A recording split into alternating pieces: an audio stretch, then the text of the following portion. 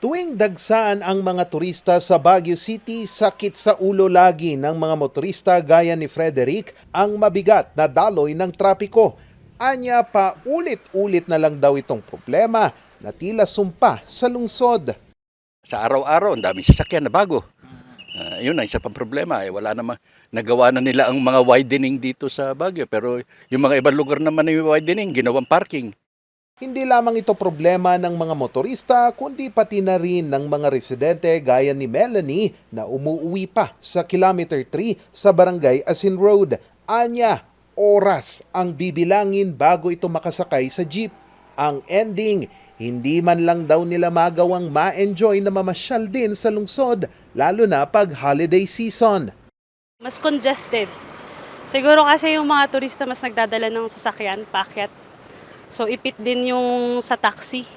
So sobrang, hindi naman sila kulang pero sobrang congested na dito sa town.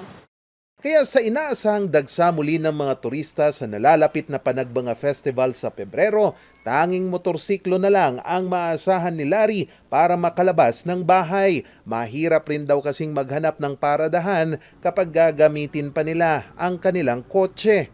Siguro sir, kung minsan wala na puno na yung mga parking lot, ganun. So, mahirapan, uwi ka na lang.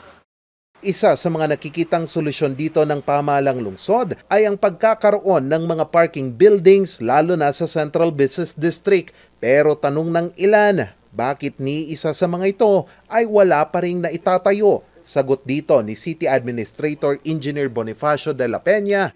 Wala ng lote ang City of Baguio where we to put it. So we are contacting already DNR, SEPMO on parks, no?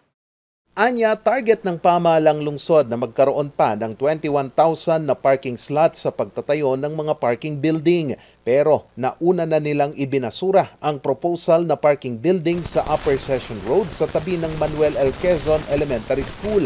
Kaya ang isa sa mga inaasahang maitatayong parking building sa Central Business District ay ang kinatitirikan ng dating opisina ng Bureau of Fire Protection.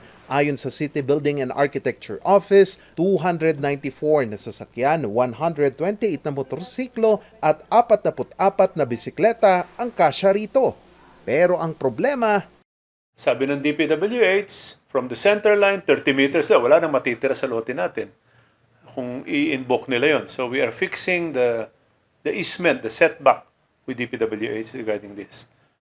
ang planong parking building naman sa City Old Library idadaan pa sa public-private partnership process. Pero isa sa mga sinisilip ang bakanteng lote sa kahabaan ng Leonard Wood Road malapit sa Botanical Garden. Katunayan, mayroon na itong plano at posibleng magkasya rito ang 480 na sasakyan, 15 na motorsiklo at 72 na bisikleta. Pero ang lupang pagtatayuan nito, Fortunately, naibigay ata ng DNR ito sa mga different line agencies, no?